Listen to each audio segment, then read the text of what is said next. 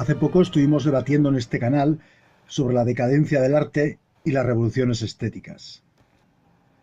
Básicamente nos propusimos responder a la pregunta de si había más de lo primero o de lo segundo en todo lo acontecido en el terreno del arte durante el siglo XX y lo que llevamos de XXI. Hoy he querido reenfocar este mismo debate desde tres conceptos muy disputados, muy seductores y de los que por esto mismo se tiende a abusar. Me refiero a vanguardia, transgresión y contracultura, los cuales van siempre inevitablemente vinculados a otros como innovación, provocación, hegemonía, rebeldía, convención, reinvención, libertad o desafío. En el arte ya sabemos que hoy hasta el más tonto es vanguardista, además de transgresor y provocador. O mejor dicho, pretende serlo. Y hasta tal punto que la pose de provocación y transgresión se han convertido en un cliché y por eso mismo se ha ido diluyendo y relativizando su significado, así como sus efectos. Pues nunca queda claro a cuántos realmente os ofende y en qué medida. La contracultura de ayer es prácticamente ya la cultura oficialista de hoy. Y no hay cosa más ridícula que un oficialista creyéndose todavía provocador y rebelde. Así que, como ven, va a ser inevitable aterrizar en la política y la ideología, de la que una vez más pretendíamos desintoxicarnos un poco. No obstante, aunque tendremos tiempo de analizar los cambios en la hegemonía cultural, me gustaría no dejar de lado la dimensión puramente artística de estos conceptos tan resbaladizos. Y quizá para ello lo mejor sería reservar las alusiones a lo político-ideológico para cuando nos centremos en la idea de contracultura. Y bueno, antes que eso me gustaría que mis contertulios me contasen qué entienden por genuina vanguardia, genuina transgresión y cómo la diferencian de la falsa, de la que solo aparenta o pretende serlo. Empezaremos por Juanjo Pina, quien es la primera vez que interviene en este canal. Juanjo, ¿cómo responderías tú a esta pregunta que acabo de plantear? Bueno, pues gracias. Vanguardia sería aquello que va por delante y serían aquellos grupos de personas que hacen algo por primera vez que posteriormente se reproduce, porque siempre que hablamos de vanguardia hablamos en retrospectiva, ¿no? Y todo lo demás son ensayos o son fantochadas. Y transgresión es aquello que incumple las normas, como normalmente que transgrede las normas o que las supera. Algo para lo que primero, si tiene que ser verdadera transgresión, tienes que conocer las reglas o tienes que conocer las normas, porque si no estás haciendo algo random y por tanto no estás transgrediendo realmente nada. Y que además tiene que ver con alguna connotación positiva para alguien, porque si no es simplemente un delito o un crimen. Y ya está bien. Me vale para empezar. Ok, a continuación le remitimos la misma pregunta a Ricardo Stern, que ha participado más veces en este canal, ya le conocerán otras veces. Bueno, Ricardo, ¿cómo responderías a esta pregunta? Bien, para mí como esto un poco, nada más para aclarar antes de contestar propiamente la pregunta, para mí el arte tiene un componente objetivo, ¿no? Estético objetivo, y un componente subjetivo que obviamente no se puede sujetar a ninguna regla, no se puede medir, no hay principios exactos que lo rijan, simplemente es la personalidad del artista. Y en ese sentido es el único tipo de persona, que puede ser un artista de muy alto nivel, pues es un genio. Esto habrá quien lo discuta y tal, pero para mí, de hecho, hasta por definición, eso es un genio, ¿no? Es el que tiene... La genialidad no tiene tanto que ver solo con inteligencia, sino con la personalidad. Y solamente alguien con una personalidad única puede ser un genio y puede llevar el arte al nivel de gran arte. No sé si estoy diciendo una tontería, pero o parece que que sea así, simple, porque es un poco obvio. El arte que es llevado a ese nivel siempre va a ser original y el artista ni siquiera necesita buscar esa originalidad, sino es algo que va a ser espontáneo porque su propia personalidad lo va a imprimir. La inmensa mayoría de las personas tenemos una personalidad que encaja más o menos en un esquema de un tipo de personalidad, y creo yo que solo el genio tiene una personalidad totalmente única y original, que es lo que permite que estas obras sean vanguardistas en el sentido más genuino, sin que eso tenga que ser buscado como intencionalmente, como a la fuerza. Y eso es algo en lo que falla el arte actual, que todo el mundo quiere ser artista, todo el mundo se cree un gran artista. Eso es lo que la cultura nos enseña. Todos somos únicos y todos tenemos el derecho de seguir nuestros sueños y tal. Que sí, claro, tenemos el derecho, pero eso no quiere decir que vamos a conseguir hacer un arte realmente vanguardista y realmente original. Y cuando alguien que no tiene esa genialidad, esa personalidad, se quiere meter a hacer arte y para que parezca que es un genio va a tratar de ser vanguardista, pero pero no tiene la capacidad de crear esa vanguardia por sí solo. Entonces, ¿qué es lo que va a hacer? Que la va a copiar, y una vez que copias, automáticamente ya no es vanguardia auténtica, pues ya ni es original ni nada. Entonces tenemos miles de obras cada año supuestamente originales que no son sino copias de otras obras que tal vez sí fueron originales en su momento, ¿no? Eso sería entonces la vanguardia auténtica y la vanguardia falsa. Ya. Ok. Perdón. Bueno, pues ya por último tenemos otra invitada a quien también conocerán de otros debates, Daniela Isolina. Hola. ¿Qué hay? ¿Cómo responderías a esta pregunta?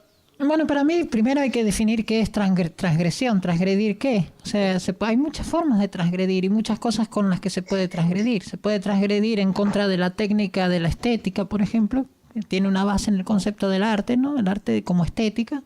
Se puede transgredir contra la moral. Se puede transgredir contra el sistema político preestablecido. O sea, todas estas diferentes formas de transgredir han tenido su representación histórica, ¿no? Y en un momento dado todas tienen que ver con lo que decías tú al principio, con política, ¿no? Terminan derivando en política. Terminan derivando en una visión particular del mundo en el cual se quiere transgredir contra el sistema, supongamos, pero después la transgresión se vuelve parte del sistema. Entonces, ¿cómo vas a transgredir contra el sistema otra vez? Se vuelve una cosa un poco absurda, ¿no? Al final la transgresión termina en el absurdo. Eso sería más o menos para concluir,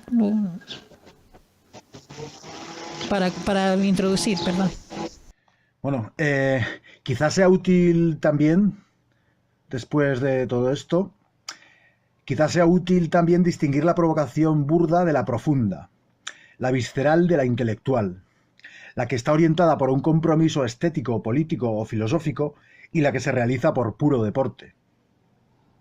Es decir, diferenciar entre transgredir calculadamente y con criterio estético, o bien transgredir de manera compulsiva. Y puede que sea todavía más útil diferenciar las transgresiones y provocaciones productivas de las improductivas o incluso contraproducentes. Porque claro, las habrá capaces de suscitar dudas y en consecuencia hacer avanzar el sentido crítico en muchos ámbitos, pero también las habrá gratuitas e incluso generadoras de conflictos innecesarios, estériles. La siguiente lista de potenciales ofendidos y ofensores, les quiero preguntar a mis contertulios cuáles creen que estarían sobreexpuestos o sobrerepresentados en uno de los dos papeles. La lista sería cristianos, musulmanes, judíos, conservadores, progresistas, feministas, homosexuales, blancos, negros. Y luego les quería dar también otra lista de temáticas potencialmente provocadoras y transgresoras. Y preguntarles asimismo cuáles seguirían representando un tabú y cuáles se habrían convertido ya en normativas y cotidianas. La lista sería aborto, androginia, pedofilia, zoofilia, humor negro, racismo, genocidio, y bueno, ya os podéis imaginar unas cuantas más. Empezamos pues de nuevo por Juanjo. ¿Qué dirías sobre esto? Pues ahora mismo, por lo menos en nuestro entorno occidental, pues la transgresión no... O sea, es difícil transgredir hablando de sexo, de cualquier cosa sexual. Sí se transgrede hablando de por ejemplo, la sexualidad infantil, ¿vale? Que eso es una especie de acuerdo entre ambos tipos de conservadurismo. Pero en general, hablando de sexo y de parafilia, se puede transgredir poco. Cuando se habla de, por ejemplo, hablábamos del arte con sangre menstrual y demás, pues bueno, puede ser más cansino que otra cosa, porque tampoco es que dudásemos ninguno hasta que éramos, o sea, antes de los 5 años, a partir de los 5 años, que dudásemos ninguno de que las mujeres menstruaban y tal, y que eso es algo que no es malo. Pero si te llevas eso mismo, lo cambias de contexto y te lo llevas a un país donde la religión tenga un peso muy fuerte y se hable de la menstruación como algo vergonzoso, entonces sí, la provocación, la parte de provocación es contextual. Y en nuestro terruño, pues sí, el aborto suscita algo de polémica todavía, pero muy poquito. Y lo que queda de transgresión, perdón, lo que queda de provocación es una provocación hacia grupos muy concretos, y la problemática que da es por la posibilidad de la represalia violenta, ¿vale?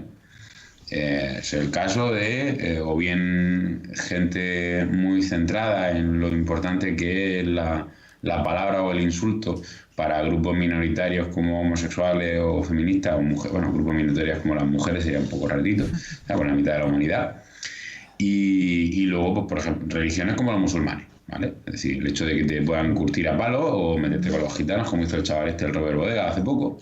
Pero más allá de la amenaza de violencia creíble, que eso debería ser el inicio del delito y el final de la libertad de expresión, es difícil escandalizar o provocar por medio del arte ahora mismo. Ricardo, ¿tú qué opinarías de todo esto? La idea de la provocación no es nada nueva, ¿no? Es antiquísima. De hecho, si leemos a los profetas de la Biblia, por ejemplo, son provocativos siempre, ¿no? Dicen los teólogos que la esencia de la profecía bíblica no es en sí la predicción de cosas futuras, eso es muy secundario. La idea es consolar al turbado y turbar al consolado, ¿no? Y creo que esa sigue siendo una función crucial del arte en la actualidad, del buen arte, de la buena literatura, especialmente literatura. Finalmente la profecía bíblica es un género literario, son poetas y bastante buenos además en general, y su intención es el rico, el que está bien, el que está contento y tal, pero inconsciente, pues sacudirlo, y al pobre, al desposeído, al que no tiene nada, al que todo le sale mal, el que es una buena persona, pero todo le sale mal, consolarlo. Para mí esa sigue siendo una función válida, y por lo tanto claro que hay un elemento en la literatura que consiste en provocar, y es esencial en la literatura desde que ésta existe. Pero recientemente se ha enfatizado tanto ese solo aspecto, a partir quizá de los poetas malditos y del romanticismo, y claro, un elemento marxista también, como de odio a los ricos y a los que les va bien, envidia, etcétera, se ha enfatizado tanto y se ha introducido a tal punto esto en el arte que lo que ahora vemos es ya toda una industria de la provocación, lo cual es una contradicción en sí misma. Y es, ¿no?, desde el momento en que se convierte en una industria que además deja mucho dinero, igual que la medicina alternativa y tal, y parte de su dinero es quejarse de justamente victimizarse y tal, se convierte en una contradicción automática. Y creo que precisamente si hemos de seguir con la tradición de provocar, pues es a este nuevo establishment al que ahora hay que provocar, ¿no?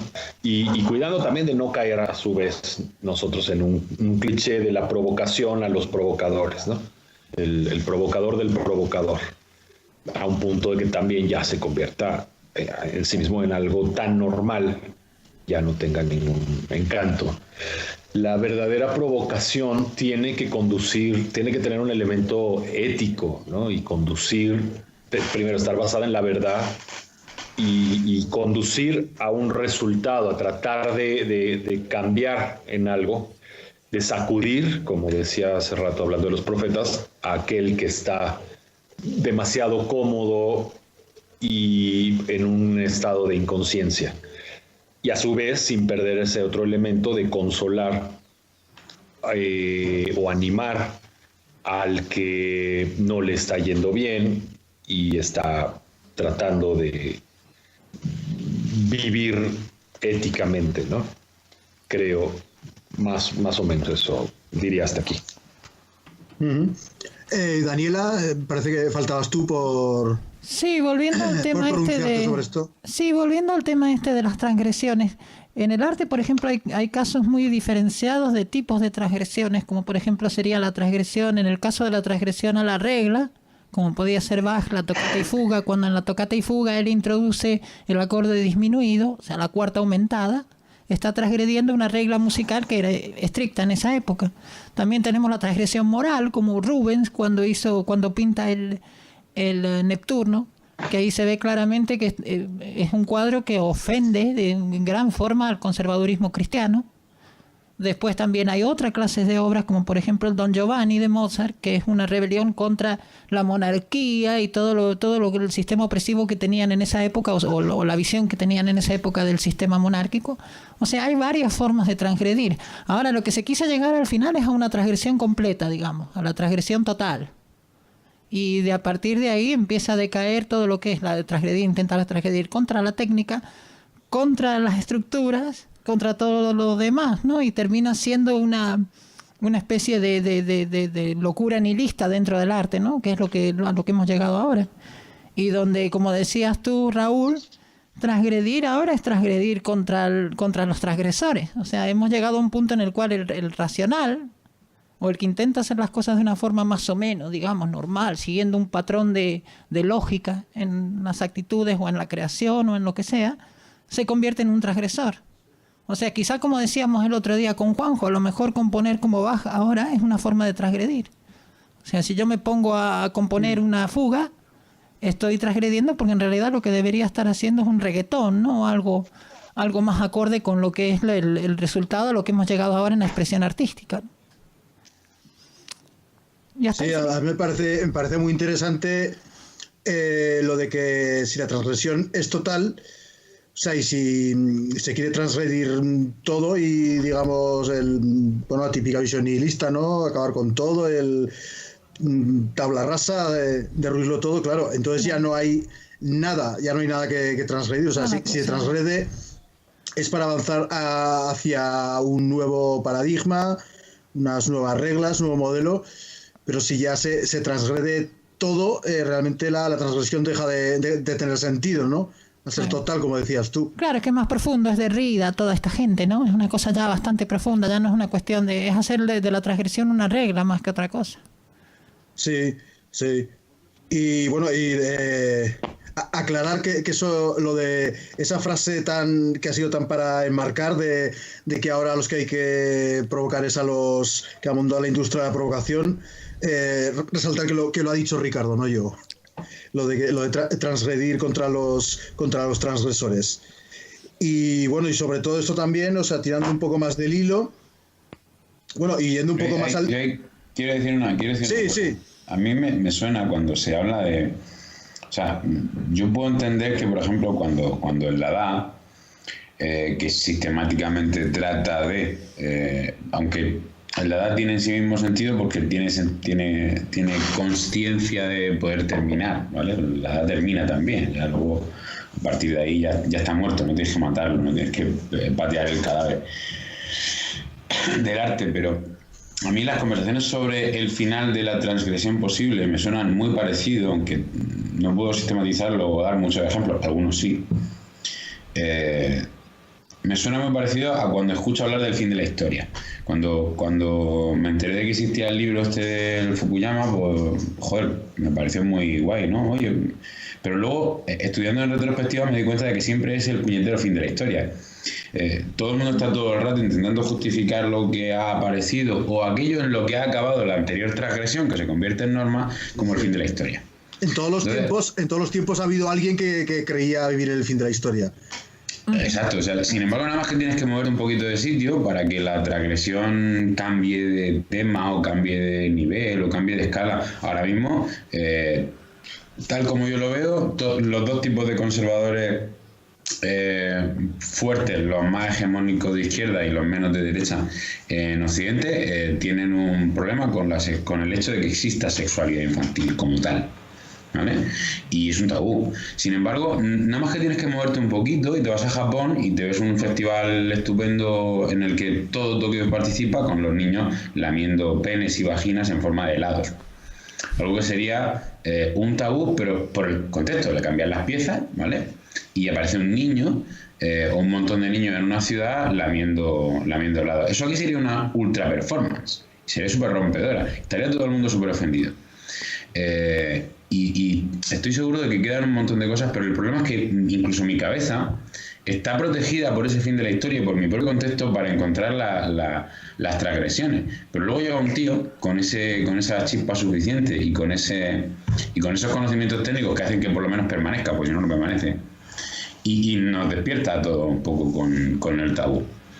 El débil, por ejemplo, la identificación en Occidente de la víctima como el débil o la víctima como la víctima total, algo que es relativamente nuevo por lo que voy leyendo, que no debe tener más de 200 o 300 años como algo con peso. Eso se puede subvertir también. Es decir, se puede uno reír de las víctimas y está presente ahí en la semilla del humor negro, que siempre ha estado. Seguro que hay un montón de cosas y nada más que tienes que coger el avión, y además ahora tarda un ratico nada más, y irte a un sitio en el que algo es transgresor o traerte algo transgresor. Sí. Cierto, eso Interesante. Depende de cada cultura, por supuesto, pero igual dentro de esas culturas existen estructuras normativas muy fuertes también. O sea, si vamos a transgredir hay que ver hasta dónde llega la transgresión, ¿no? Si es transgredir con el fin de acabar con la cultura, o sea, darle martillazos a lo Nietzsche hasta que no queda nada, o si simplemente se trata de un determinado punto que no tenemos en común con otra cultura.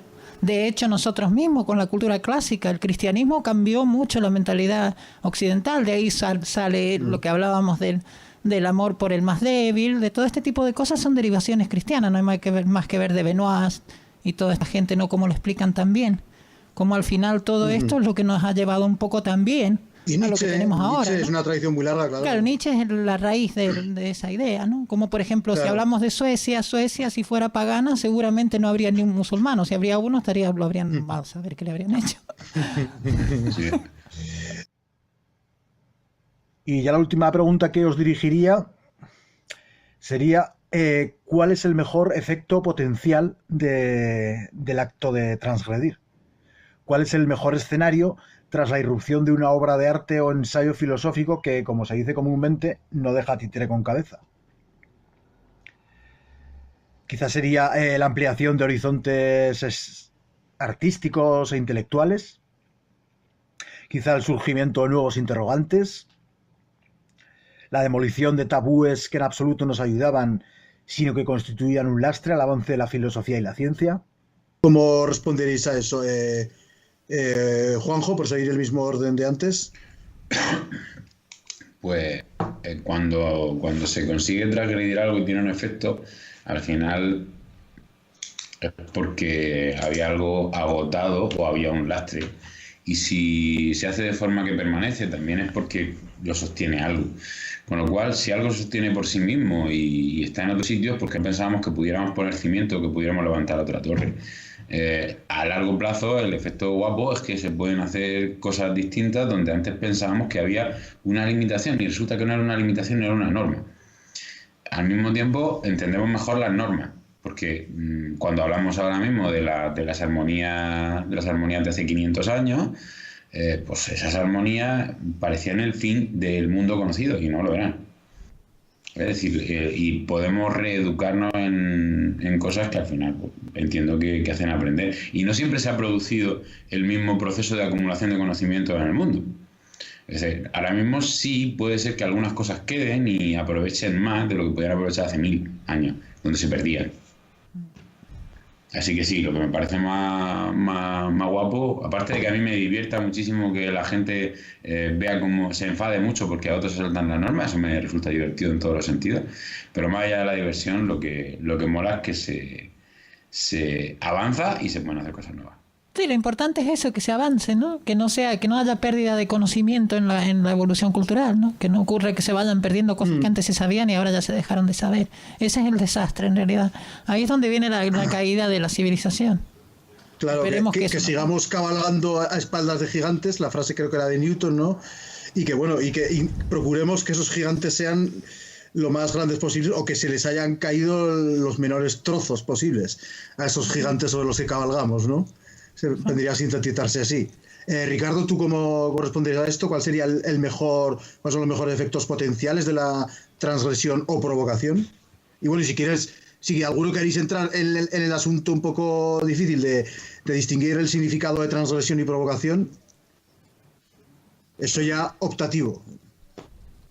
No, a ver, yo lo que creo que se tiene que distinguir es entre la provocación clásica de la literatura antigua y la provocación moderna. Para mí son muy diferentes. Y tan diferentes como lo es la filosofía antigua de la moderna. Y la decadencia del arte está relacionado también con cambios sustanciosos en la filosofía. Y la principal diferencia es que la transgresión clásica se creía en la verdad y se aseguraba de mantenerse en la verdad y transgredir con la verdad. Eso es fundamental. Pero a partir de que la filosofía deja de creer en la verdad, lo cual es absurdo, no creer en decir la verdad no existe, pues es una contradicción en sí misma, ¿no? Si la verdad no existe, entonces lo que estás diciendo tampoco es verdad.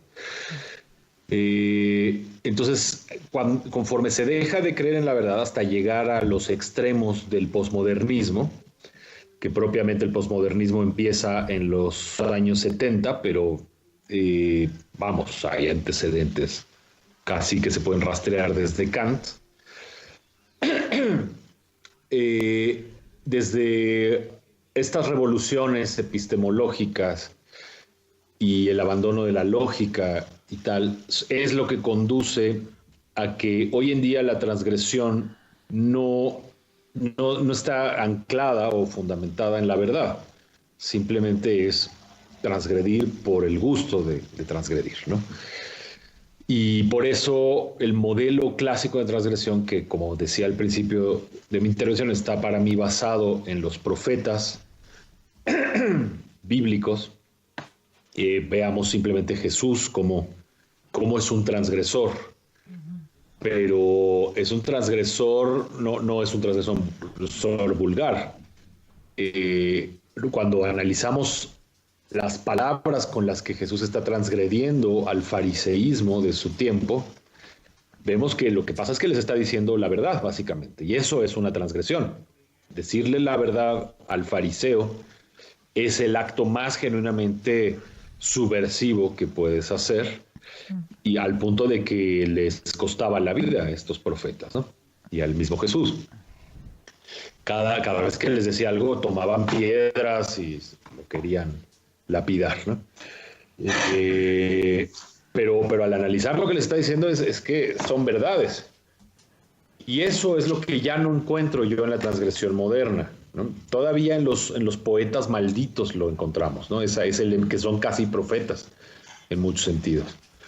Y están gritándole a una sociedad dormida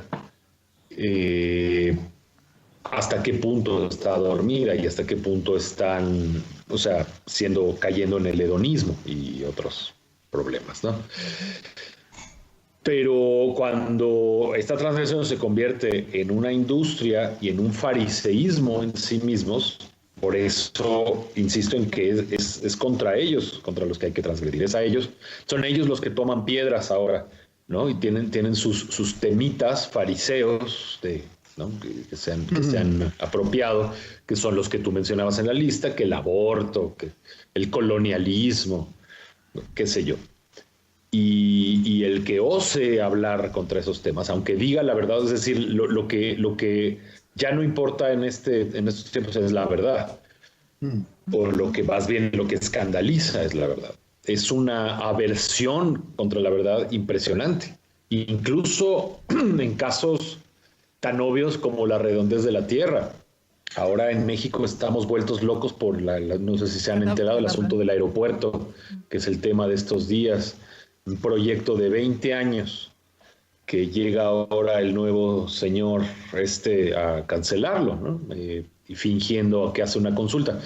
Y es enloquecedor porque como no estaba siendo muy popular su consulta, empezaron a inventar mentiras y la gente no tiene la más mínima noción, o sea, no le interesa distinguir entre una mentira y una verdad.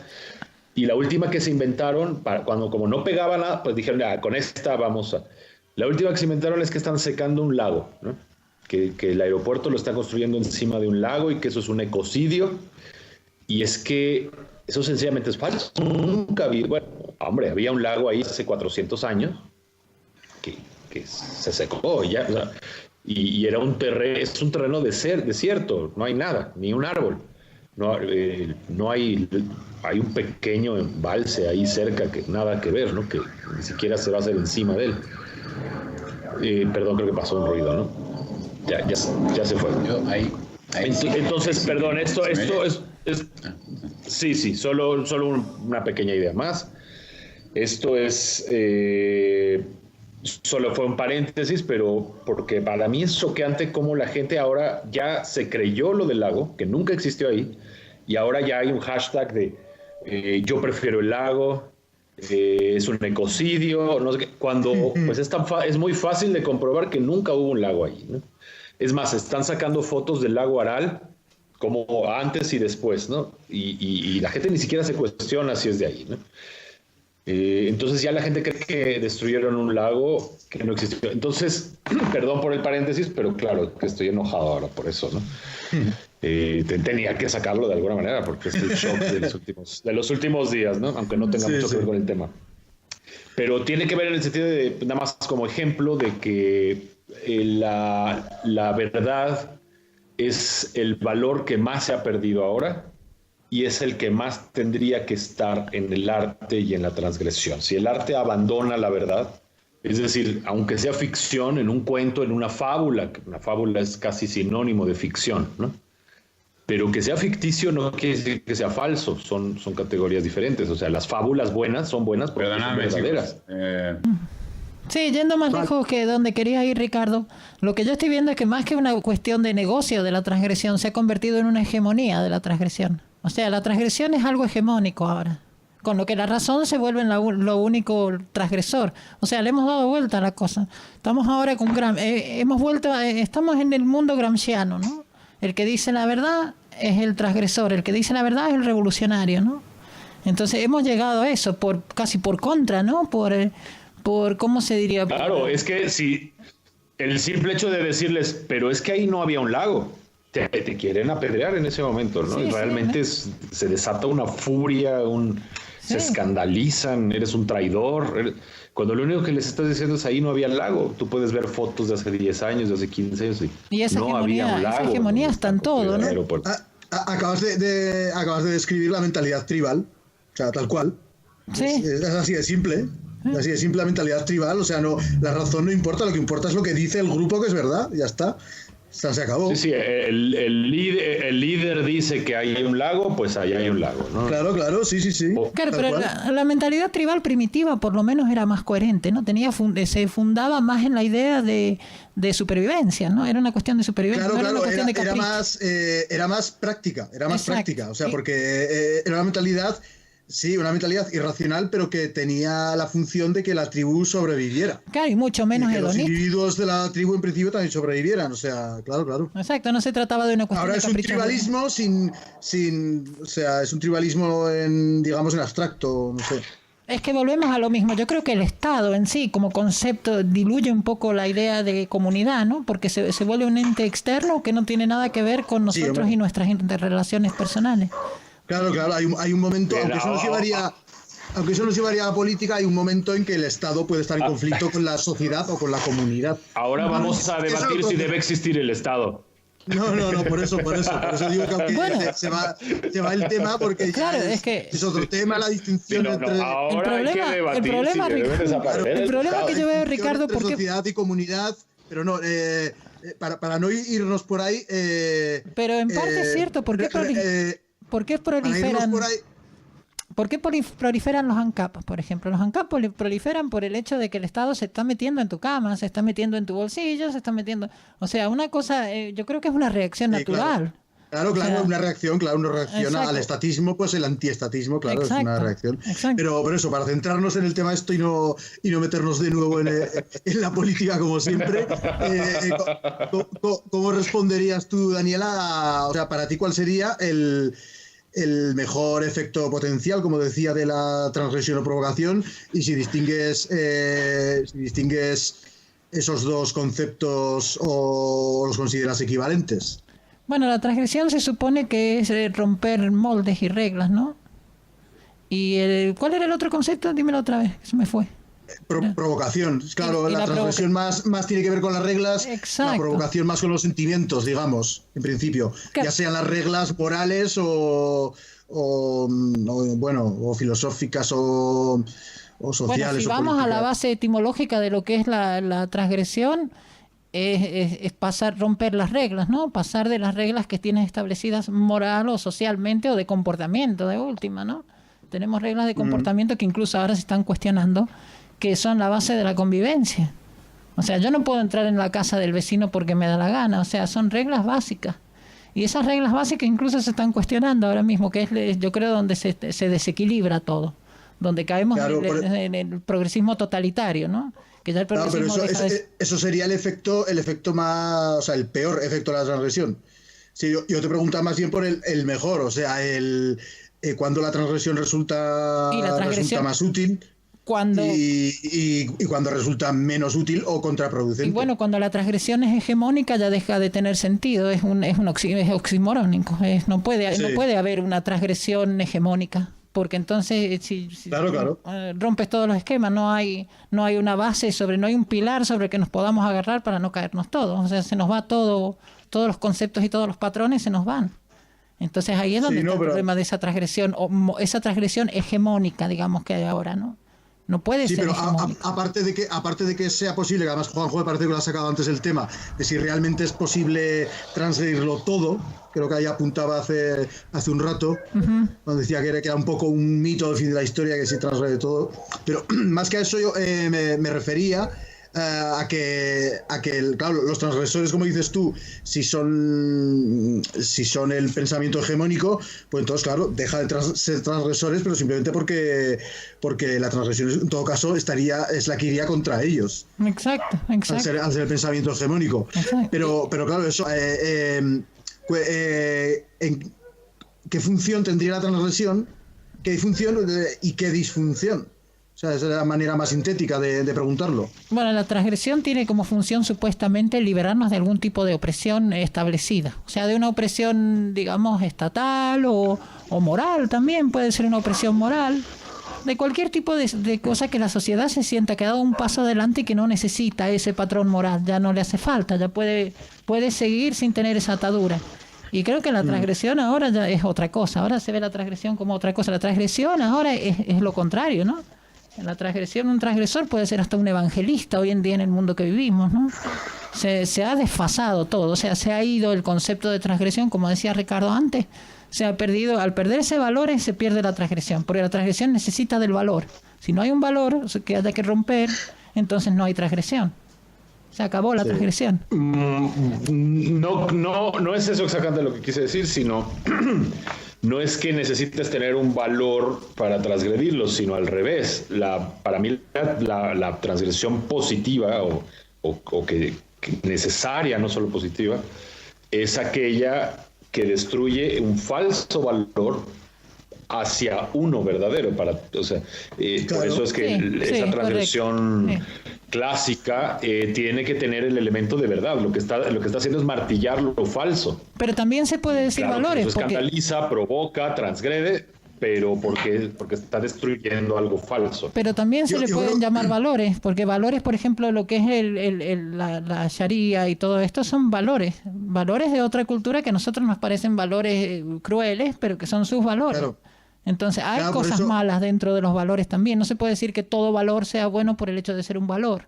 No, hay valores que sirven y valores que no sirven. Ahí entramos en el conservadurismo racional, ¿no? ¿Qué conservo y qué cambio?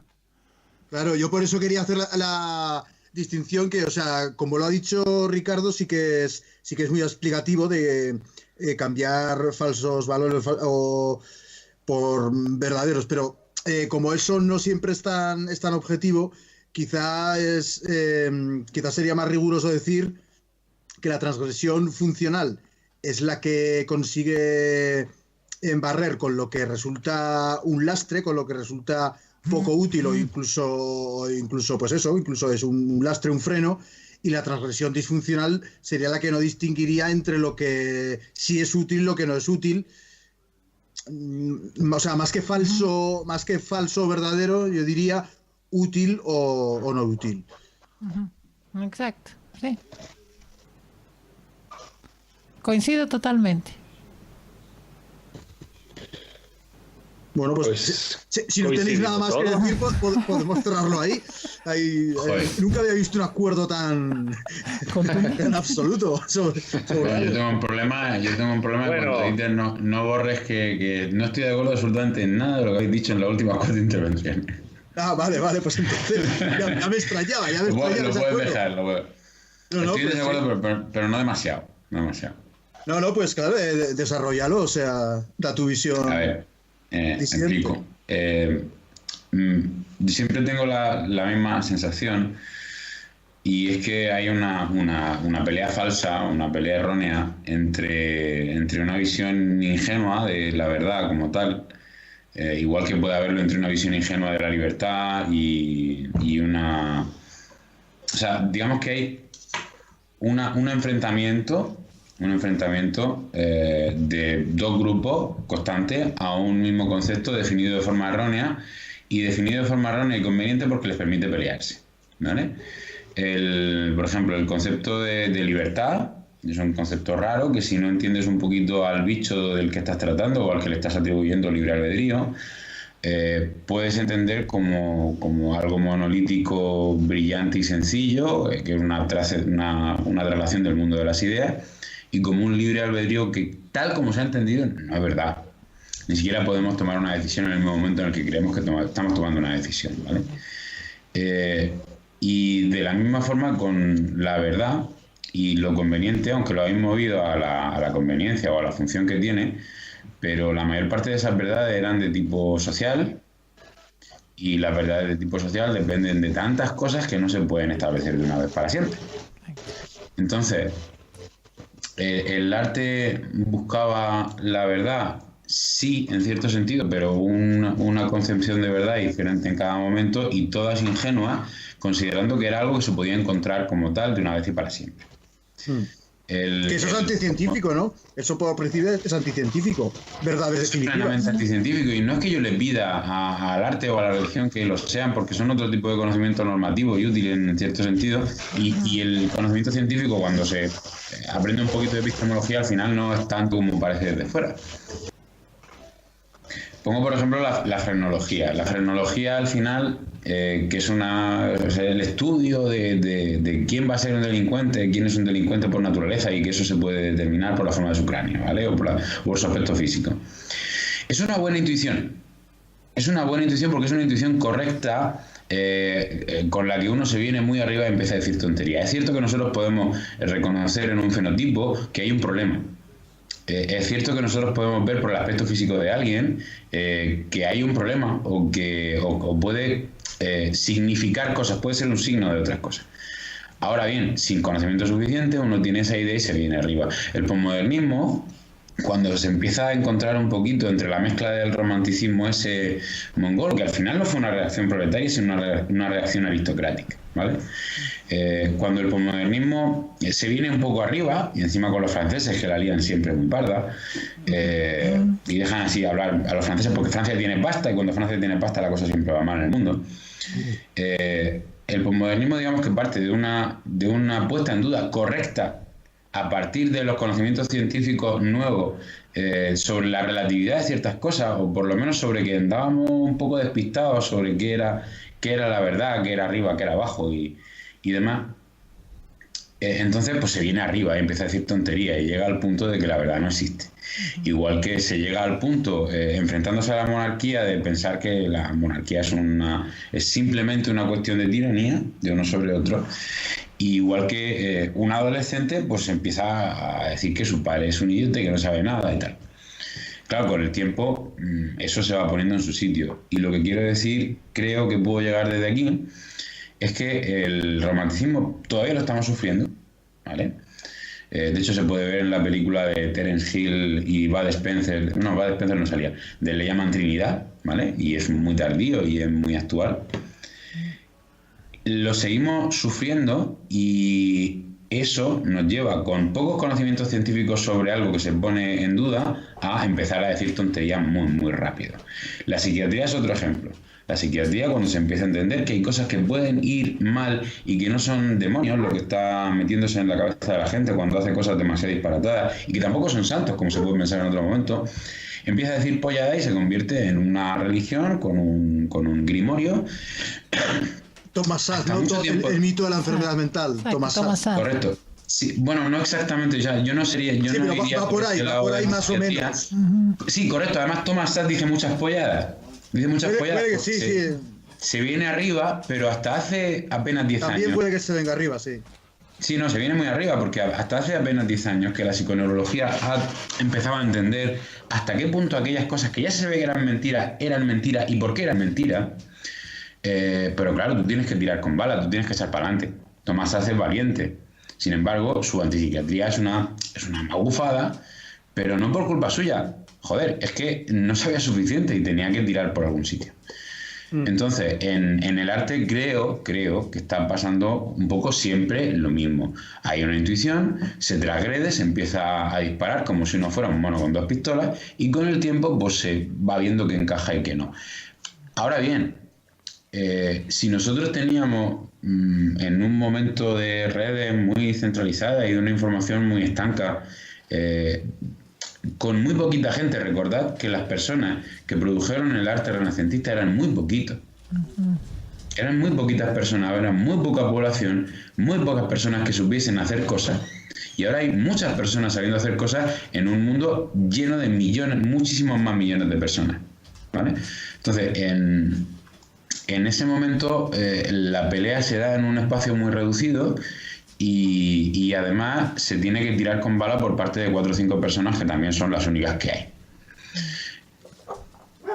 Al final, ¿qué es lo que...? Pues que está a punto de perder el hilo porque he oído un ruido y está a punto de perder el hilo, pero creo que puedo recuperarlo. Al final, la verdad era una ingenuidad. Sabemos que no existía así como tal y nos ponemos a decir tonterías hasta pensar que no existe. Lo único que hay que hacer es entender qué es. es entender que es la libertad, que a lo mejor es simplemente una topografía de dinámica y relaciones entre sistemas, en lugar de la capacidad unitaria de un ser aislado del resto del universo para tomar decisiones contra él. El romanticismo y el idealismo alemán, claro. Correcto. Que es verdad que sigue estando muy presente, sí, en todos los ideales sobre la democracia, sobre el pueblo, la nación. Es verdad, sigue estando muy presente ese idealismo y romanticismo. Entonces, bueno, pues cuando terminamos de entender un poquito mejor qué es la verdad y hasta qué punto estábamos equivocados antes, para ese momento ya han aparecido un montón de chavales diciendo tonterías. Pero ahora mismo tenemos la oportunidad de contrastar mentiras automáticamente y por lo menos saber qué son mentiras. Lo importante a lo mejor no es saber exactamente qué es la verdad, sino qué son mentiras manifiestas. Y luego las mentiras manifiestas, como por ejemplo la forma de organizarse la peña o sea, organizar las sociedades y el efecto que tienen en el arte y el efecto que el arte tiene en ellos, pues a lo mejor tampoco lo entendemos todavía muy bien y estamos apenas empezando a entender cada una de las piececitas y demás. Damos palos de ciego, o sea, en ciencias sociales básicamente damos palos de ciego y a veces con un poco más de orientación, a veces con menos, pero... Sí, toda la magufería esa que sale ahí de conceptos como ese, ¿no? Sale un montón de supersticiones, de creer que como la ciencia, pseudociencia, ¿no? Yo le voy a enseñar a los niños el sexo anal a los 5 años. No sé qué resultado va a tener eso cuando tengan 40 años, no tengo ni idea. Pero yo lo hago. Es que la pseudociencia muchas veces entronca con el fundamentalismo científico. Porque claro, la gente que se cree que la ciencia, así con mayúsculas, dice verdades ya sentadas una vez para siempre, pues ese tipo de mentalidad al final no se distingue mucho de la mentalidad pseudocientífica. Están jugando con cosas que no saben, exacto, son experimentos, se sigue experimentando, ¿no? Sobre una pseudociencia se hacen miles de experimentos sociales y experimentos con la gente. Eso ya llevamos años y desde los 60. Y ciencias sociales, como son mucho menos rigurosas, como damos básicamente palos de ciego, quizás... No, tío, que no lo son. Simplemente es que el objeto de estudio es más complejo, coño. Que no es que sea menos rigurosa, es que es más jodido, bueno, sí, no, claro, por supuesto, es que es lo mismo, o sea, el método es menos riguroso porque el objeto de estudio es mucho más complejo, claro. Claro, la pregunta sería por qué con la otra, desde luego. La pregunta sería por qué caemos en la pseudociencia, ¿no? ¿Por qué se cae en la pseudociencia? ¿Por qué no hay rigor? Porque llenan los huecos. Pues porque llenan los huecos y porque nos gustan los atajos. Al final la pseudociencia o cualquiera de estas o cualquiera de estos malos avances como la psiquiatría sobre un no conocimiento científico son la creencia en palabras mágicas. Harry Potter cree que con una palabra puede modificar la realidad, no entiende que su palabra forma parte de la realidad y que son otras cosas las que están ocurriendo. O sea, el ejemplo de la diferencia entre la magia de Harry Potter y la magia esencial de Tolkien me sirve muchas veces para explicar que es una magia madura, la de Tolkien, y que es una magia inmadura la de Harry Potter. Buen punto. Si yo no es que diga una palabra y modifique la realidad a partir de esa palabra como un acto seminal, sino que o inicial o de creación, sino que forma parte de un flujo más grande y que esa palabra puede significar algo. Claro, es como cuando se ve la evolución entre, por ejemplo, el politeísmo y el monoteísmo, que dirás, sí, el monoteísmo puede afirmar muchas cosas que son indemostrables o directamente falsas, pero es un gran avance filosófico, intelectual, respecto a la concepción del mundo eso es muy politeísta. Subjetivo, eso es muy subjetivo. Como se suele decir, es metafísicamente más... Ahí ya entras en un campo subjetivo, pero si te vas al monoteísmo, su esencia, la esencia del monoteísmo... De cómo el monoteísmo... hizo avanzar la mentalidad científica, el que no podría haber avanzado de la misma manera Claro, obviamente no, pero a Daniela no le va a gustar eso. Por supuesto, es una barbaridad, porque el monoteísmo surge como una... No es una barbaridad, es una barbaridad, el monoteísmo surge como una... El monoteísmo surge como una dictadura. La mentalidad pagana ya de por sí es más primitiva, es que es así. No, es más realista, es más realista. Tú piénsalo, la idea de la unidad de un solo Dios, un solo Dios surge con Akenatón en el 1900 a.C. Y eso surge como una rebelión, fue una rebelión contra lo establecido, fue una revolución comunista, digamos, que tenía un líder que era Akenatón. Entonces ahí surge el monoteísmo, antes no se conocía ni se concebía, era una locura, eso era una abstracción total, ¿no? También hay que decir que la creencia en varios dioses... Pero depende de qué entiendes por creencia en varios dioses. Que el dios, yo al menos así lo dije en el podcast que hice de filosofía en Star Trek sobre sobre teología, por decirlo así, que el Dios único es una idea bastante absurda. Absurda, totalmente, Sin embargo, una abstracción. Sin embargo, los dioses, el hecho de que podrían existir seres mucho más poderosos que nosotros, por poder pueden existir. Obviamente. Pero el Dios omnipotente, omnisciente, omnipresente es una abstracción. Que no puede existir, que es un absurdo, es una idea que es absurda en sí misma. A ver, una cosa, yo todavía no... ¿Cómo va a ser absurda? Hemos iniciado ya un debate sobre absurda? Teología que ya se va totalmente, totalmente. Incluso surge por eso, surge de ahí, surge del dictador que dice... Yo lo puedo bajar al arte si queréis. Ok. Tal como yo lo veo, o sea, desde mi perspectiva atea y muy fan del paganismo y también de los monoteísmos y demás, lo veo como una cuestión de escala, ¿vale? El monoteísmo plantea algunas ventajas, tal como lo veo a nivel de propaganda, organización social, estructura normativa, y al final tiene que convivir cuando queremos tener un entorno sano con politeísmos varios y con paganismo, que es lo que ha hecho el cristianismo bien, que es lo que le ha salido bien, y por lo que tenemos a la Santa Muerte ahí en México, viva y coleando, sin ningún problema, solo poniéndole santa, ¿vale? El monoteísmo perfecto, por contra, sería el Islam, donde al final todo se va centrando en algo, como lo ha dejado todo terminado, pero es que en cualquier parte de la naturaleza esa simplificación es quietud y es frío y es muerte.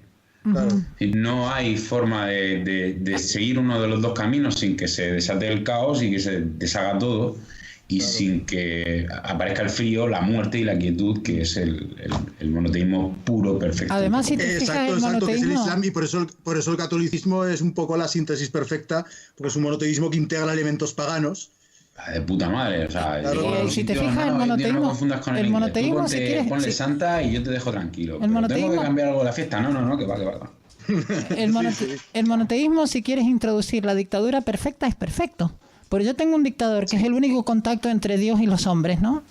Y no hay otro fuera. Aquí hay un solo Dios y un solo comunicador, ¿no? Es la dictadura, es el diseño perfecto de un sistema religioso para crear la dictadura perfecta. Por eso la teocracia... Cuando se habla del peligro de fundamentalismo... Cuando se habla del peligro de fundamentalismo... digo esto muy rápido. Y te dejo, Ricardo, que te veo. El peligro de fundamentalismo es técnicamente mayor en el Islam que en el catolicismo o en el judaísmo. Exacto. Porque tienes un libro escrito por una sola mano y por otro lado tienes un libro escrito por un millón de tíos. Claro, es que es muy difícil, llamar incoherente a un tío que lo ha escrito todo. Sin embargo, lo otro, bueno, pues conforme nos venga el viento, vamos a tirar de un sitio o de otro. El Deuteronomio o el Nuevo Testamento. Pues guay. Exacto. Bueno, yo estoy en total desacuerdo con muchas cosas que han dicho, pero como no es el tema, no vamos, creo que no está bien extendernos en eso.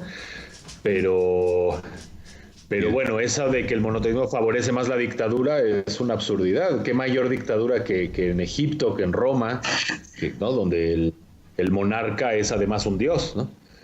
Bueno, es que de ahí sale la base, claro de ahí sale la base. Por eso Akenatón abole a los dioses, porque quería quedarse él con uno solo. La revolución de Akenatón es muy interesante estudiarla del punto de vista religioso político, ¿no?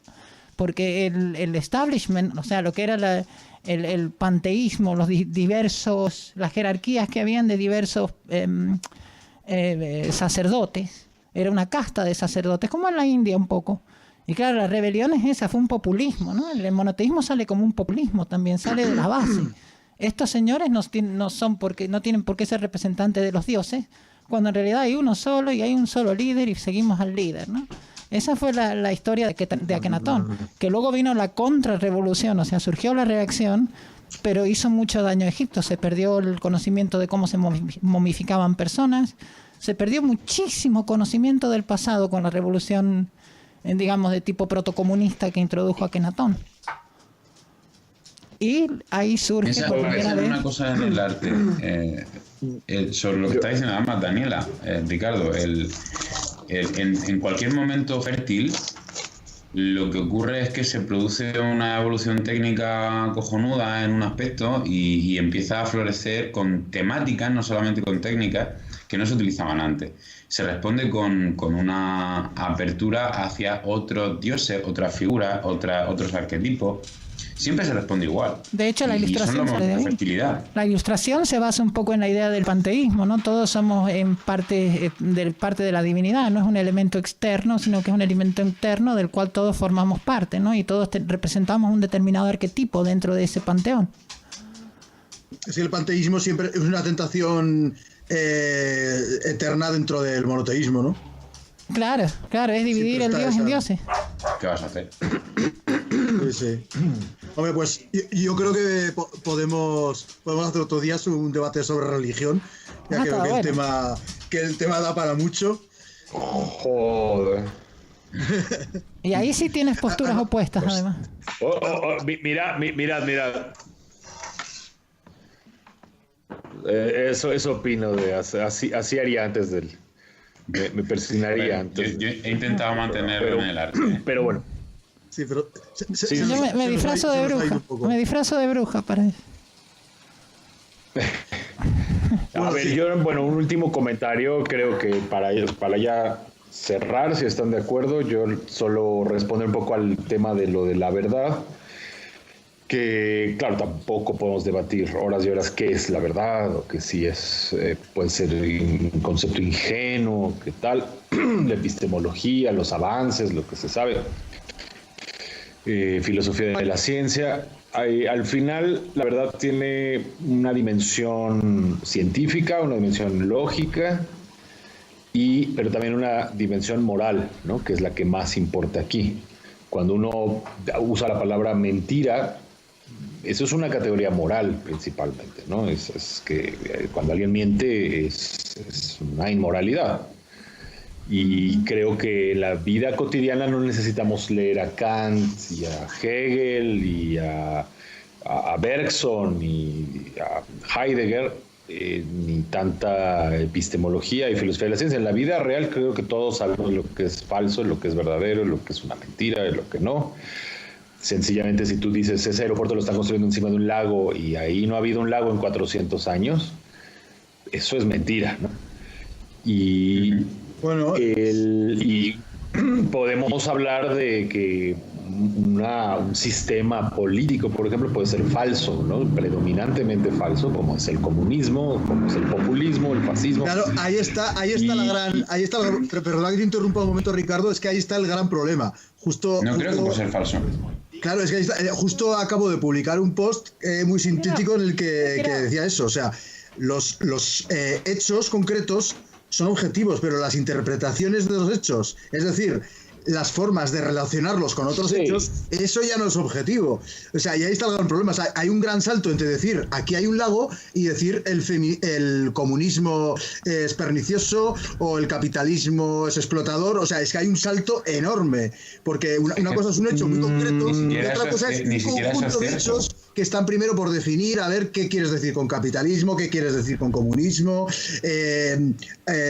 Hablas del plano teórico, hablas del plano material, o sea, lo típico, el socialismo real, el socialismo ideal, capitalismo real, capitalismo ideal.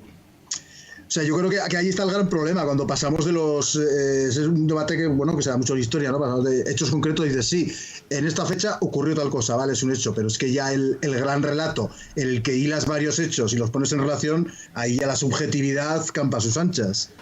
Pero os hago una pregunta. ¿Hacer desaparecer la Estatua de la Libertad es una buena obra? ¿Es una performance interesante? ¿Bueno o es malo? No, es porque que no. Porque ni siquiera es un hecho. Absurdo. Sí, claro, sería absurdo calificarlo de bueno o malo. No, pero que ni siquiera es un hecho. Para definir un hecho, Bueno, el hecho es el truco que usó. El hecho es el truco que usó, pero podrían no haberlo descubierto, ¿vale? Es decir, ¿qué es lo que hizo? Desaparecer la Estatua de la Libertad. Desaparecer.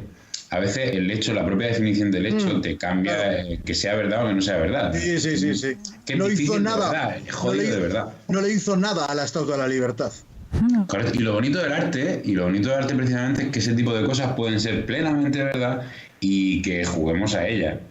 y que eso nos permita seguir tirando del hilo en algún sitio. O sea, la influencia del arte en la ciencia no es una cuestión de dos cosas diferentes que se relacionan, sino de algo íntimamente relacionado en su base. Claro, supongo que el arte provee a la ciencia de intuiciones, y esas intuiciones son hipótesis que luego pues pueden convertirse en bueno, pues se puede experimentar, se puede desarrollarlas y llegar a algo o no llegar a nada. Claro. Y de hecho ha ocurrido en la literatura, ¿no? H.G. Wells y todos los escritores que escribieron sobre ciencia ficción que después terminaron siendo cosas reales.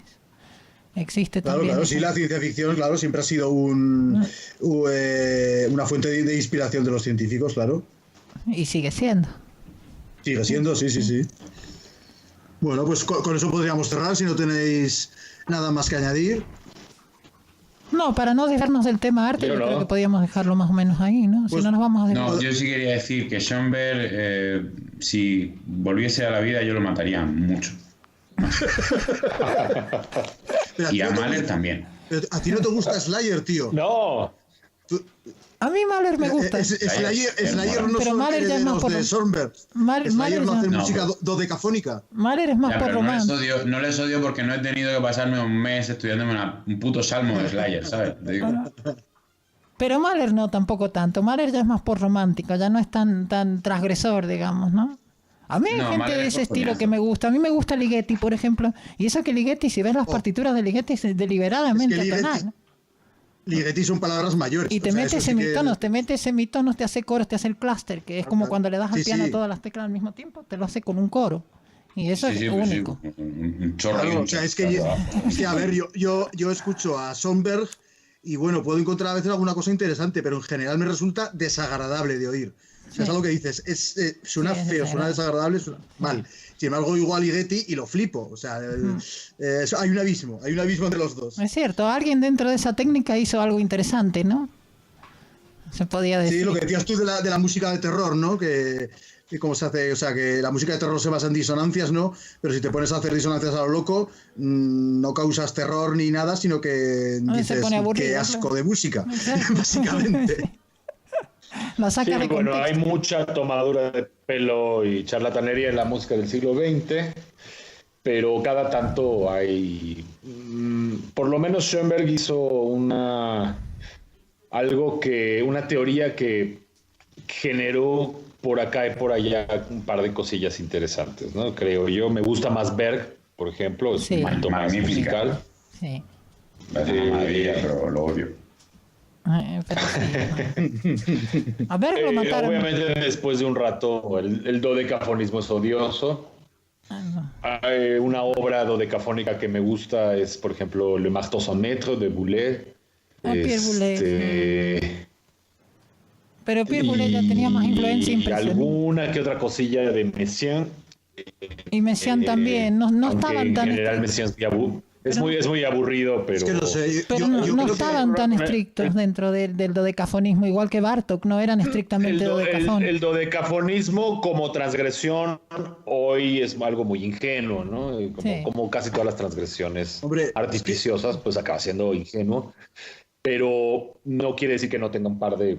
Sí, pero o sea, yo creo que el dodecafonismo lo que hizo es abrir nuevos horizontes a la música y luego pues se ha acabado resolviendo en que ya no prácticamente, al menos de la música que yo escucho que suele ser más de tipo rock, más de música de guitarras y tal, pues ya no hay grupos igual puramente dodecafónicos, ni siquiera Slayer, sino que más bien lo que se ha hecho es, pues se usa el dodecafonismo, a veces se usa el dodecafonismo en algunos riffs, en algunas partes, combinándolo con las escalas más comunes, con la escala natural y todo, y entonces ahí pues se ve que sí que es muy útil el dodecafonismo para introducirlo en ciertos momentos.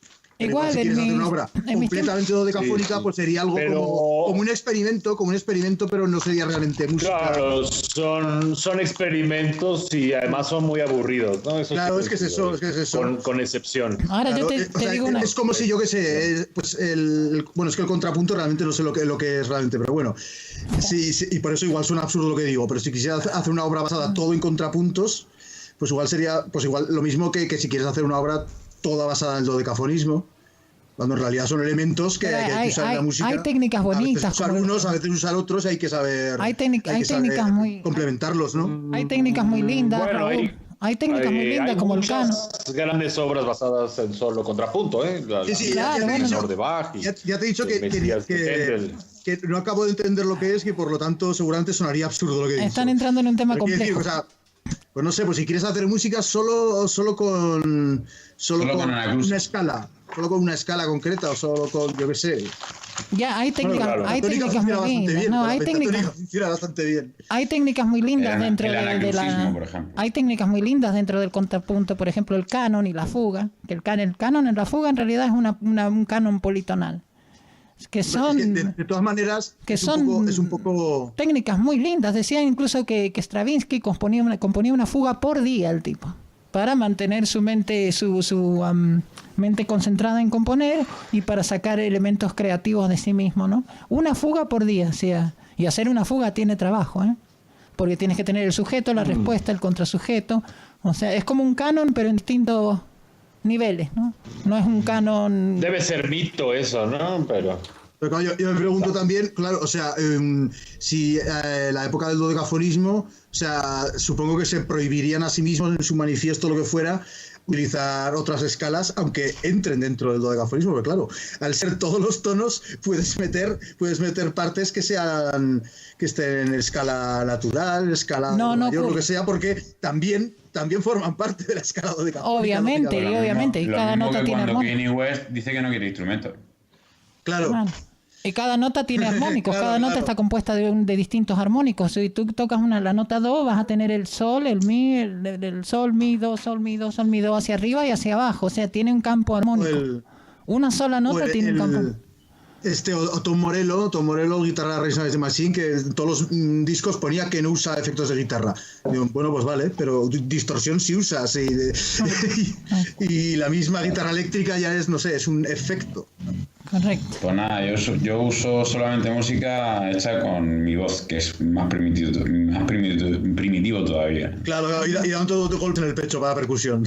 Y con impulsos eléctricos, que al final es lo que pasa dentro de un ordenador. Así sí, que, sí.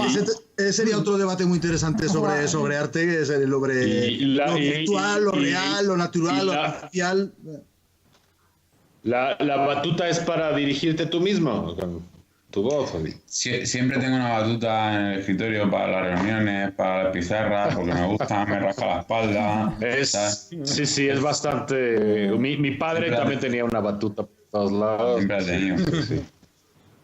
Sí, es verdad, es muy divertido. Puedo poner la barba y así no se me olvida. Con la batuta nos quedamos. Exacto. Con la batuta nos quedamos y emplazamos a nuestros escasos, espero que cada vez menos escasos televidentes. ¿Cómo se dice? Videovidentes. YouTubers. Obviamente es un pleonasmo, ¿no? Videovidente. Pues eso, lo emplazamos a otra ocasión, que nos debatiremos sobre religión, sobre arte, sobre cualquier otra cosa. Sí, de religión estuvo bueno también. Un placer. Pues nada, igualmente, chicos. Por mi parte lo mismo, un placer esta charla. Y nos vemos en la próxima entrega de Los Diletantes. Hasta la próxima.